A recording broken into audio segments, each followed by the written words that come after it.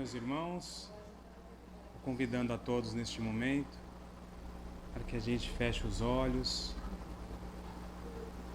e vamos todos elevando o pensamento ao nosso Mestre Jesus, buscando a figura que cada um de nós tem do nosso Mestre, com o seu olhar compassivo e doce, suas mãos estendidas sobre nós, e vamos serenando o nosso coração para que possamos agradecer a Deus primeiramente, nosso Pai querido, nosso Pai amado, pela bênção desta encarnação, por estarmos aqui juntos, reunidos, matriculados nessa escola bendita que é o planeta Terra, onde aqui podemos colocar em prática os nossos aprendizados, nos redimirmos dos nossos erros, ajudar aos nossos irmãos e assim auxiliar a cada um de nós. Agradecer aos mentores da casa que estão aqui desde muito cedo preparando esse ambiente para receber cada um de nós, encarnados e desencarnados, porque muitos dos nossos irmãos que estão ainda na matéria, despojados do corpo físico, encontram aqui um ponto de luz onde são atraídos para serem esclarecidos e atendidos. Esta casa maravilhosa, casa de Jesus, que nos recebe com muito amor e carinho, propiciando a cada um de nós um tratamento espiritual, um acolhimento, um auxílio, oportunidade de trabalho e de aprendizado. Vamos ainda agradecer ao mentor, ao nosso mentor, esse amigo querido, que desde cedo, desde o início, nos acompanha nesta nossa jornada, nos auxiliando em nosso progresso, para que possamos aqui desenvolver os compromissos assumidos na espiritualidade.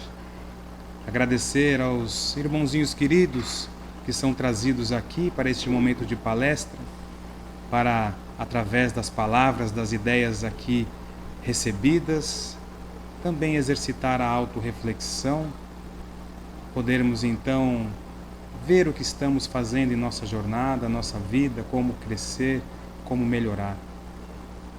E ainda vamos pedindo a espiritualidade amiga que envolva a palestrante desta noite, a nossa irmã Rosimar, que ela consiga aqui passar tudo o que se preparou para passar para nós de forma clara, serena, que todos nós aqui possamos assimilar. E assim, com o pensamento em Jesus, envolvidos da espiritualidade amiga, os nossos familiares de luz, vamos fazer a prece que o nosso irmão querido, nosso mestre, modelo e guia Jesus, nos ensinou. Pai nosso que estais nos céus, santificado seja o vosso nome. Venha a nós o vosso reino, seja feita a vossa vontade, assim na terra como nos céus. O pão nosso de cada dia nos dai hoje, perdoai as nossas dívidas, assim como nós perdoamos aos nossos devedores. E não nos deixeis cair em tentação, mas livra-nos, Senhor, de todo mal. Que assim seja. Graças a Deus, uma boa palestra a todos nós.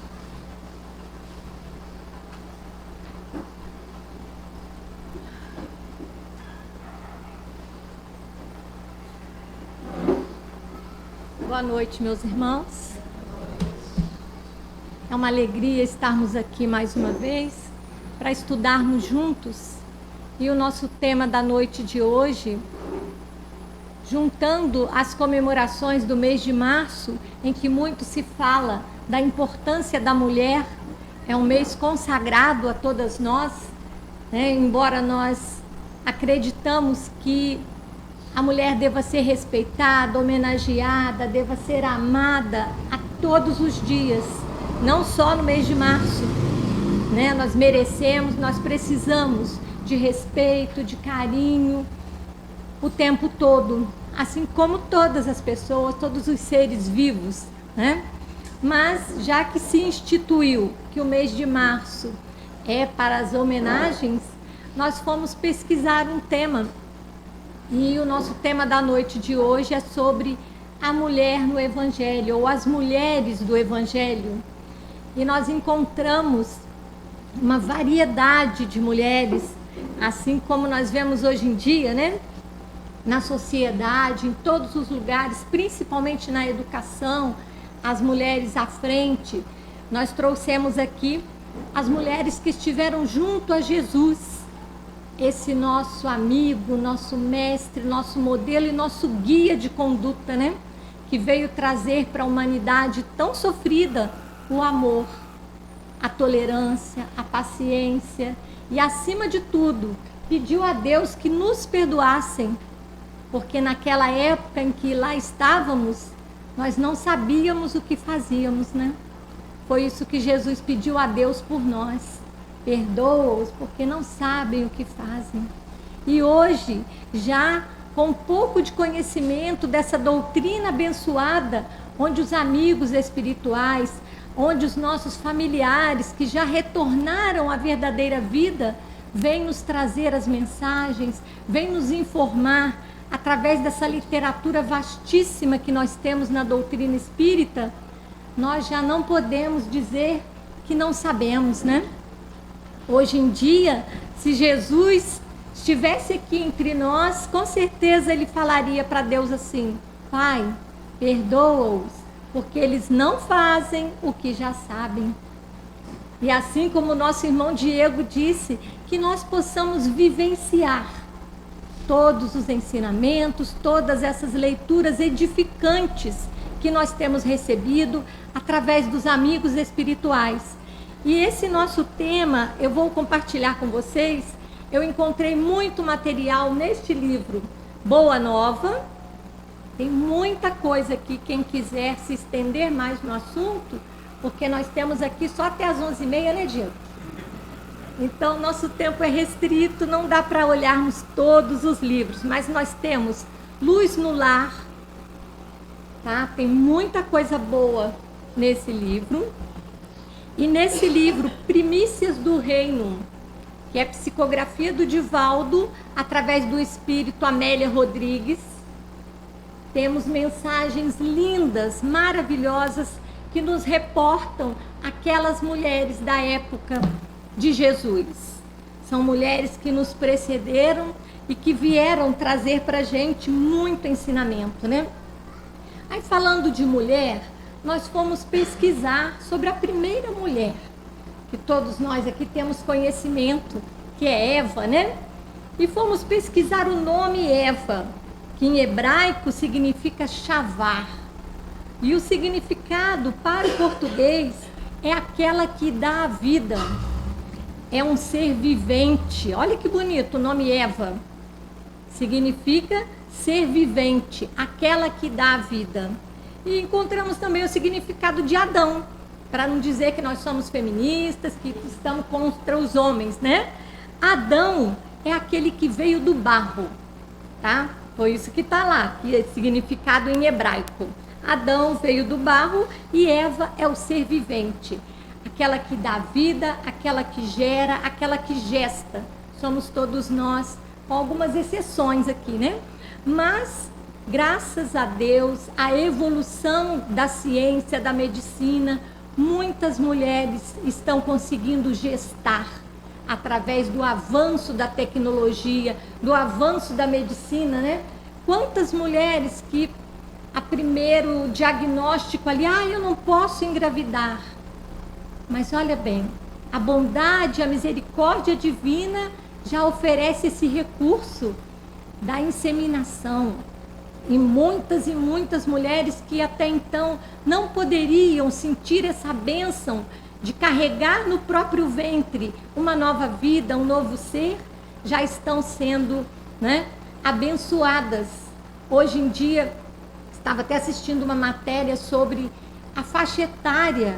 Quantas e quantas mulheres estão engravidando mais tardiamente, na busca, na procura de ter primeiro uma profissão, de ser bem realizada, vai deixando a maternidade. Mas com isso, não é impossível mais. Mulheres com 35, 40, 46 anos estão engravidando, graças ao avanço da medicina, graças à tecnologia. E a vontade também, né? Porque todas nós trazemos em nós esse germe do amor de Deus, que é nosso Criador e nos dá essa missão de sermos co-criadoras de vida, né? Então, dando continuidade às mulheres do Evangelho, nós encontramos Isabel. Isabel era prima de Maria, mãe de Jesus. E Maria foi fazer uma visita para Isabel. Isabel ainda não sabia oficialmente da gravidez de Maria. Quando Maria chegou na casa de Isabel, Isabel olhou para Maria e falou assim: bendito é o fruto que está no seu ventre. Que honra receber em minha casa a mãe do nosso Senhor, aquele que vem para nos trazer o amor e a paz. Então, olha bem, Isabel, naquela época, antes de Jesus estar no mundo, ela já tinha essa visão. Ela já via que no ventre de Maria estava o ser que traria para a humanidade tão sofrida o exemplo de amor, de paciência, de perdão, e todas as virtudes que nós pudemos colocar aqui sobre Jesus ainda são poucas, né? E dando continuidade, junto de Isabel nós encontramos Ana. Ana era uma profetisa de 84 anos, que quando Maria levou Jesus no templo para ser apresentado à sociedade, Ana olhou para aquele bebê e falou assim: esse é o Messias, é o Filho de Deus. Então ali nós já víamos na Ana, na Isabel, a mediunidade, né? O que ocorre com muitos irmãos nossos aqui na Terra. Só de olharem para uma situação, já sabem o que está se passando sem que a pessoa lhe dê detalhes. A pessoa já chega e já fala. E a Ana tinha 84 anos nessa época. E olhou para Jesus no colo de Maria e falou: esse é nascido, né? Ele tinha 8 dias de nascido quando ele foi lá. Ele viu a luz do mundo. Foi assim que Ana falou para Maria: eis aqui a luz do mundo, o Filho de Deus. No livro Boa Nova, nós vamos encontrar aqui uma passagem que a Isabel e Maria se encontraram. Já tinha João Batista, que era filho de Isabel, e Jesus. Estavam entre 8, 10 anos os meninos, e as duas estavam conversando. De repente os meninos sumiram. Normal de criança, né? As mães estão ali conversando, cadê as crianças? Está muito quieto, vamos ver o que está fazendo. Geralmente as nossas, quando some assim, a gente fala: está fazendo bagunça. Criança com saúde faz bagunça, apronta. Mas João Batista e Jesus sumiram, não estavam ali perto do olhar das mães.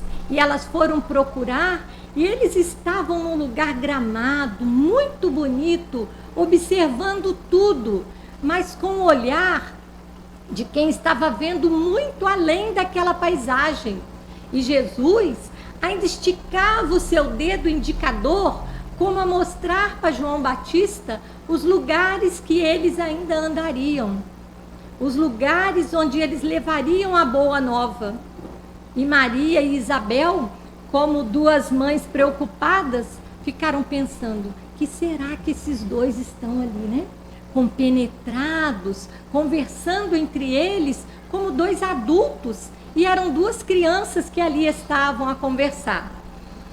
E Jesus, na sua vida pública, todos nós sabemos, agora está chegando então a Semana Santa comemorada aí, Jesus tem uns 11 discípulos, ele convidou 11 homens para acompanhá-lo, né?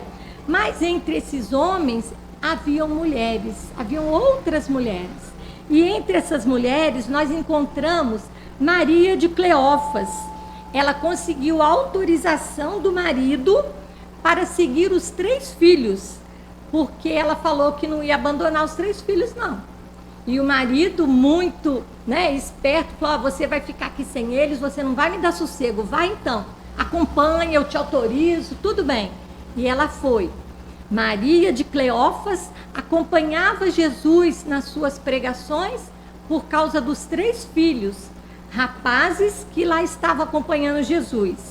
Depois nós encontramos Maria Salomé. Maria Salomé era esposa de Zebedeu. Zebedeu era primo de José, pai de Jesus. Então estava tudo em família, tinha uma certa confiança, né? E os 3 filhos resolveram seguir Jesus também, os filhos da Maria Salomé. E essa mãe demonstrou uma preocupação além. Ela não queria só saber como os filhos estavam, não. Ela chegou para Jesus e falou assim: ó Jesus, eu quero que você mantenha um filho meu à sua direita e o outro à sua esquerda. E você vai cuidar deles para mim. E você vai protegê-los e vai ampará-los.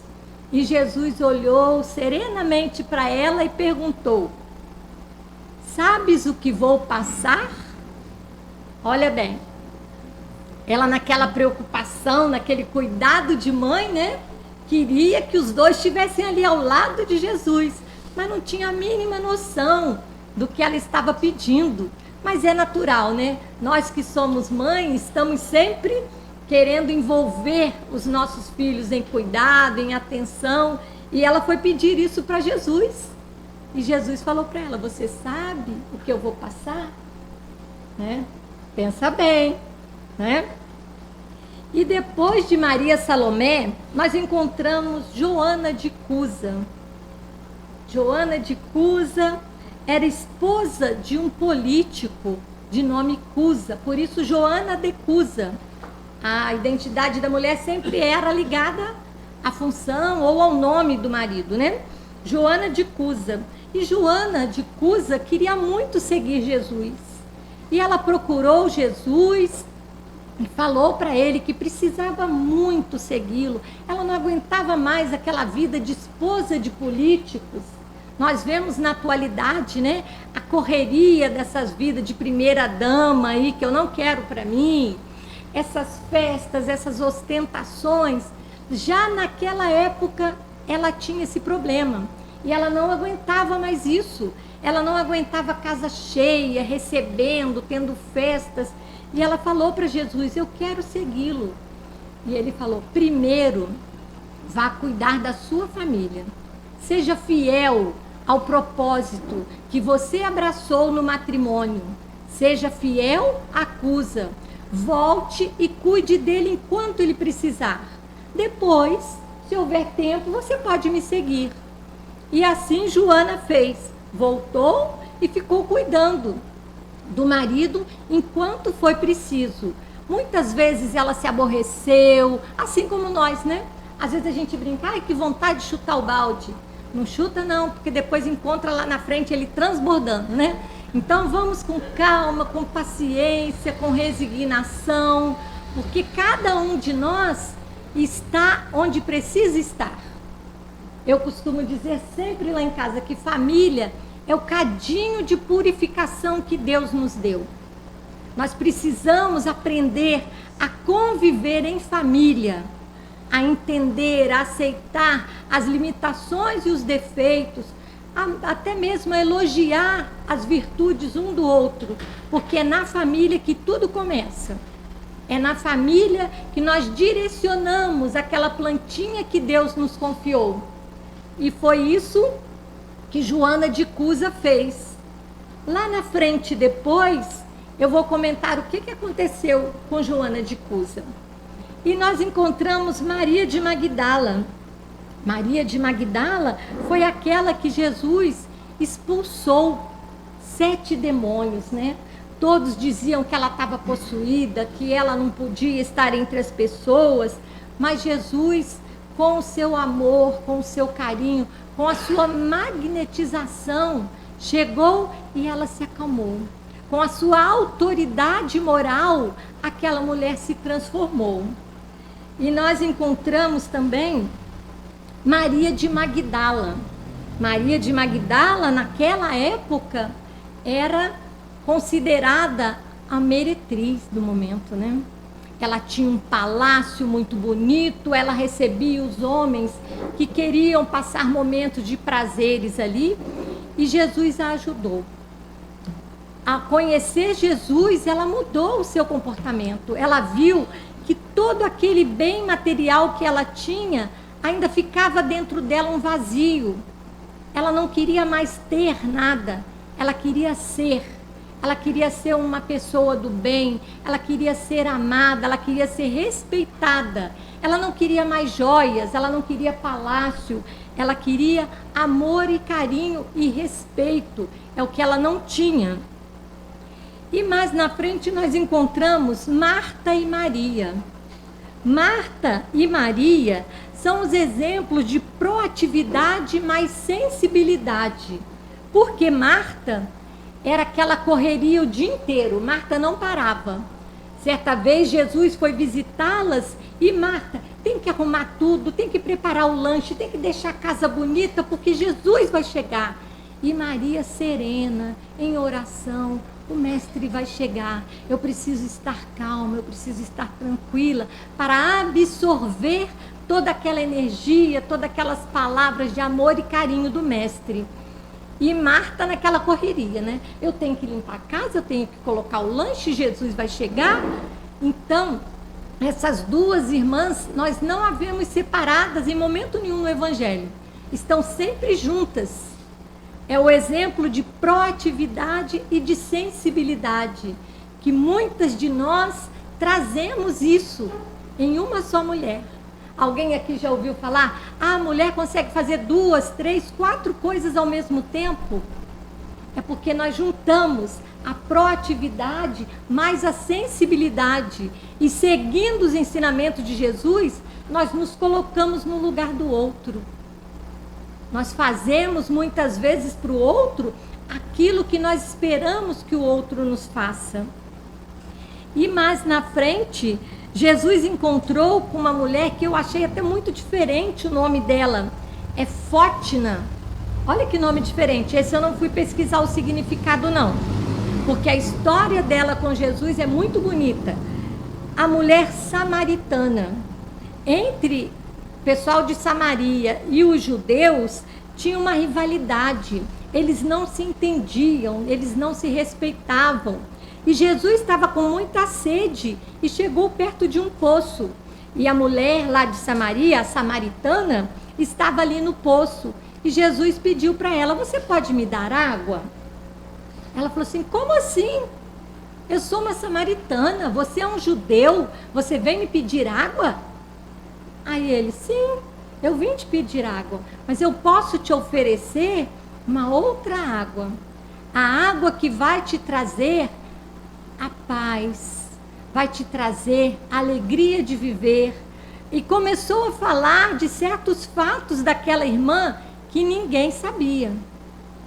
Ali, mais uma vez, Jesus dando exemplo do nosso médium supremo.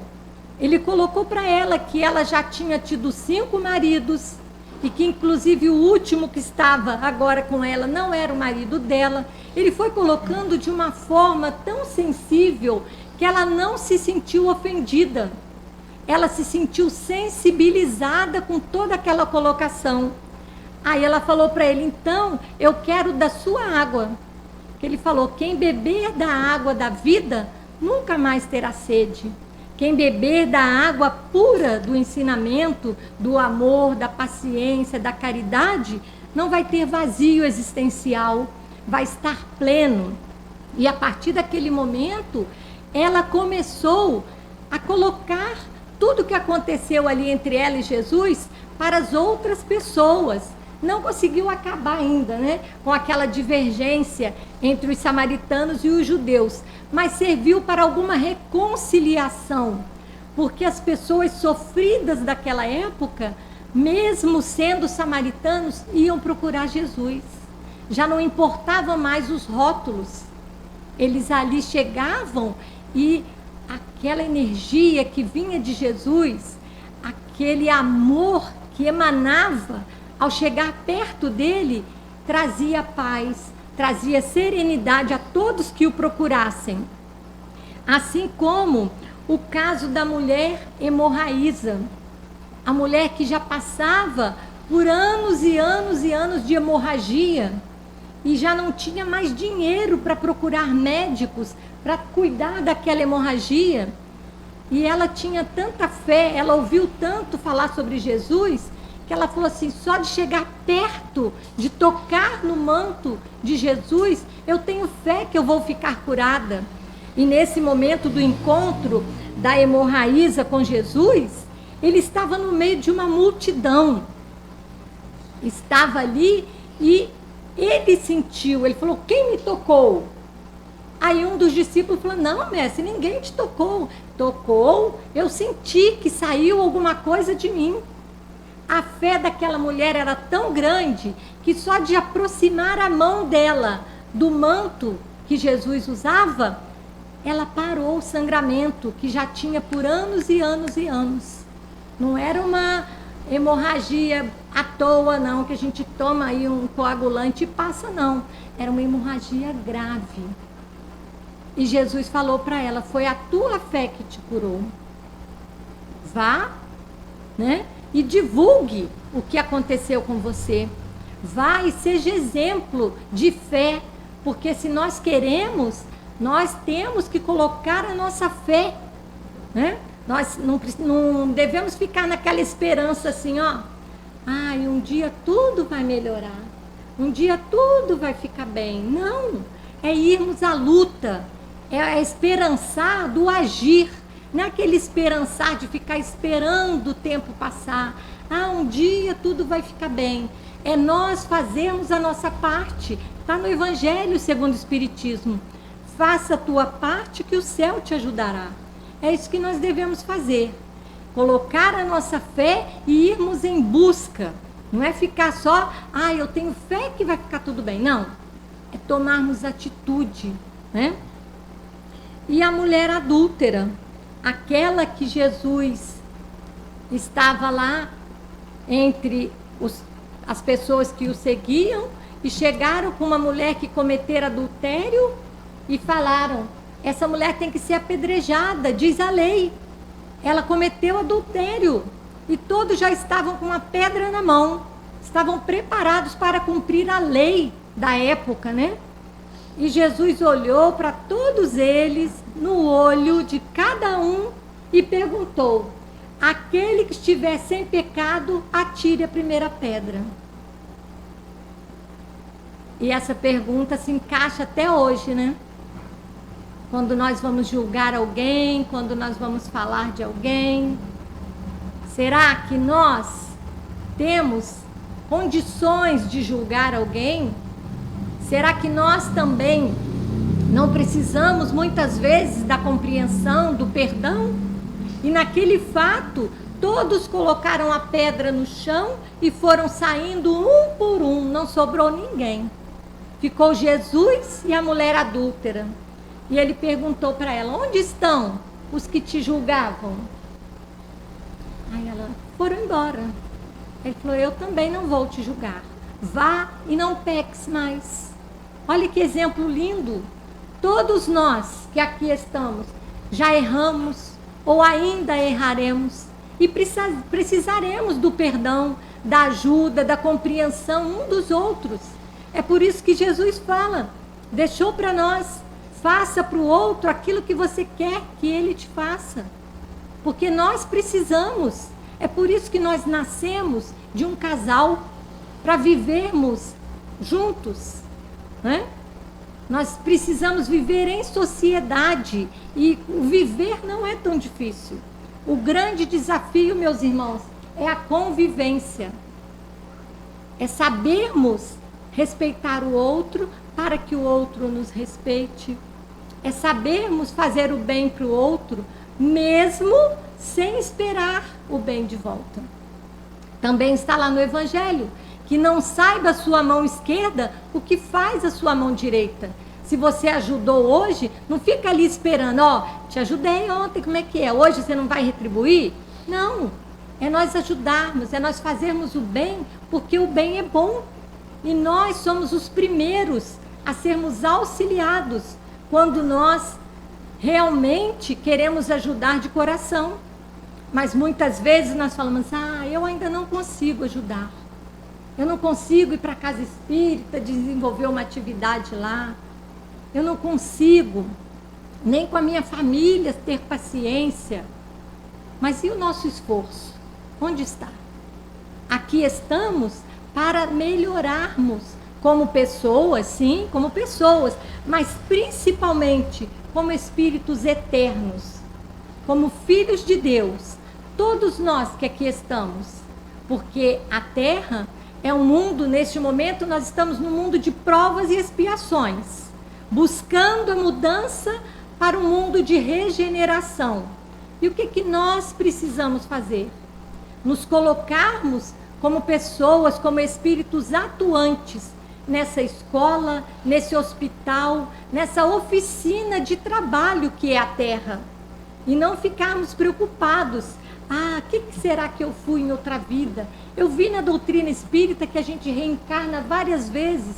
Não, é nós focarmos todo o nosso potencial de trabalho no bem, de ajuda, de caridade, para agora. Sem pensarmos no que nós já fomos, ou do que nós seremos na próxima encarnação. Não, é aproveitarmos este momento para fazermos todo o bem que estiver ao nosso alcance. E aqui nesse livro, Luz no Lar, eu separei uma página aqui que eu achei muito linda, que se intitula A Mulher ante o Cristo. Depois, se alguém tiver a oportunidade de ler, é o capítulo 43 do livro Luz no Lar. É psicografia do Chico Xavier, por diversos espíritos.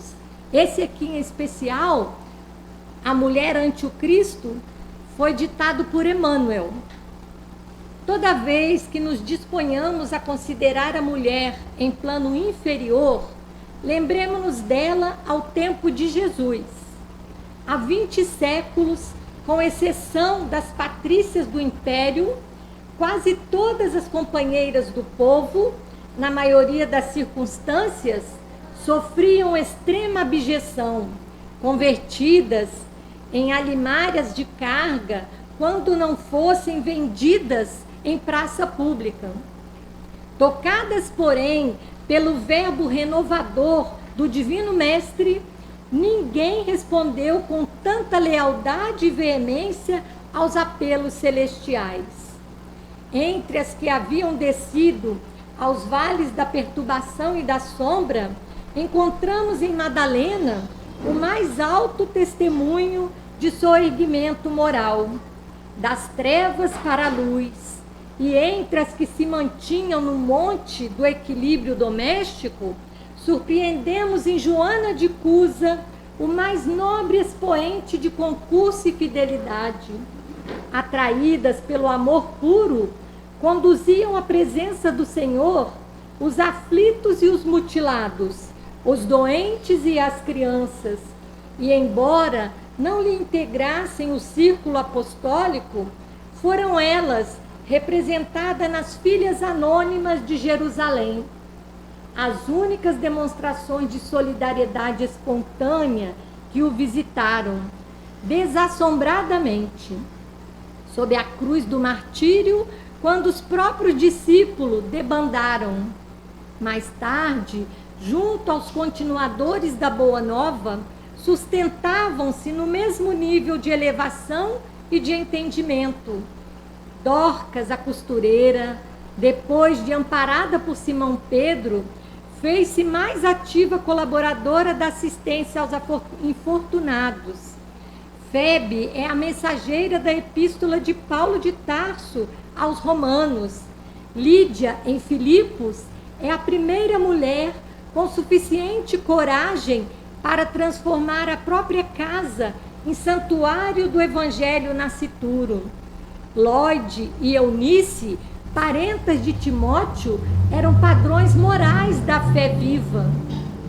Entretanto, ainda que semelhantes heroínas não tivessem de fato existido, não podemos esquecer que um dia, buscando alguém no mundo para exercer a necessária tutela sobre a vida preciosa do embaixador divino, o supremo poder do universo não hesitou em recorrer à abnegada mulher, escondida num lar apagado e simples. Humilde, ocultava a experiência dos sábios. frágil como o lírio, trazia consigo a resistência do diamante. Pobre entre os pobres, carreava na própria virtude os tesouros incorruptíveis do coração. E devalida entre os homens, era grande e prestigiosa perante Deus. Eis o motivo pelo qual, sempre que o raciocínio nos induza a ponderar quanto à glória do Cristo, recordando na terra a grandeza de nossas próprias mães, nós nos inclinaremos, reconhecidos e reverentes, ante a luz inacessível da estrela de Nazaré. E nós vamos chegando ao final do nosso encontro, dizendo que Maria, mãe de Jesus, não foi uma mulher do Evangelho, ela foi a mulher do Evangelho. Que essa Mãe Santíssima possa nos envolver com seu manto de amor, envolvendo a todos os lares aqui representados, para que a paz do seu Filho Jesus possa nos dar força, nos renovar o ânimo para prosseguirmos confiantes de que Jesus, o governador do nosso planeta, esteja sempre nos amparando, nos intuindo para prosseguirmos no trabalho no bem. Que assim seja. Muito obrigada, meus irmãos.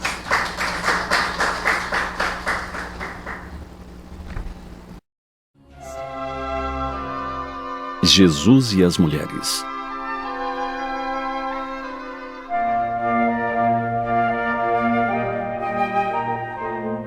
Ele viera para as ovelhas perdidas da casa de Israel. Apresentou-se como bom pastor, aquele que dá a vida pela das suas ovelhas. Toda a sua vida foi um hino de amor ao seu rebanho. Ele oferece consolo, dignidade, paciência. E todo ele é gratidão. Para a mulher, reservou especial atenção. Ele atravessa a Samaria para se encontrar com Fotina. Ela não era nenhum modelo de virtude. Conforme ele mesmo afirma, ela tivera 5 maridos. E o homem com o qual vivia não era seu marido. É para essa samaritana que ele se apresentará como o Messias, aquele que o povo aguardava há séculos. Tinham quase perdido a esperança, porque as vozes proféticas haviam se calado há 500 anos. Ele lhe oferece a água viva, aquela que dessedenta para sempre. Quem a beber, jamais tornará a ter sede. Ela será a mensageira de sua presença na cidade de Sicar, onde residia. Para o futuro, seria conhecida como a Iluminadora. Em Magdala, uma mulher era muito mal vista. Durante o dia, todos desviavam o olhar, e ninguém a ela se dirigia. Era uma vendedora de ilusões. Aqueles mesmos que a desconheciam publicamente, a procuravam à noite para saciar a sua própria fome de prazeres. Quando ela descobre o amor verdadeiro, se transforma. Reformula sua vida para a descrença dos que haviam, agora, sem o Fausto da sua mansão e sem os seus servos. Foi a essa mulher que o divino pastor reservou a primeira grande notícia. Ele estava vivo. Ele diz que vai dar a notícia aos seus discípulos, a todos os que lhe choram a morte na cruz. Arauto da ressurreição. Jesus era judeu. Conhecia a lei e os costumes. Que terá buscado dizer com os seus gestos, evidenciando a mulher? Talvez desejasse lembrar ao povo as virtudes das mulheres que constituíam a honrosa história de Israel.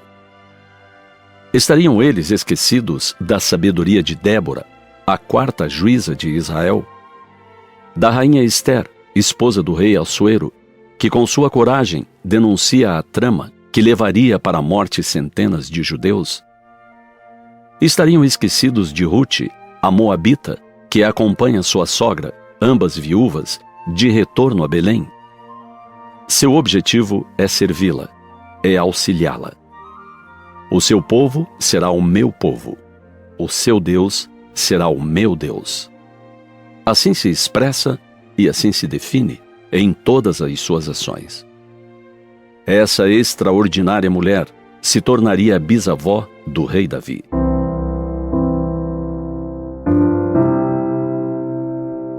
Estariam os homens esquecidos da grandeza de tantas mulheres? Não honravam Raquel, a mãe espiritual da nação israelita? Estariam esquecidos de Lia, a primeira esposa de Jacó, que gerara 4 dos filhos das 12 tribos de Israel? Por isso, Jesus exalta a reforma moral de Fotina, a transformação extraordinária de Maria, de Magdala.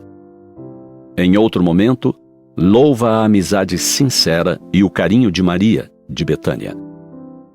E mais do que tudo, reverencia a mulher que lhe serviu de mãe, Maria de Nazaré.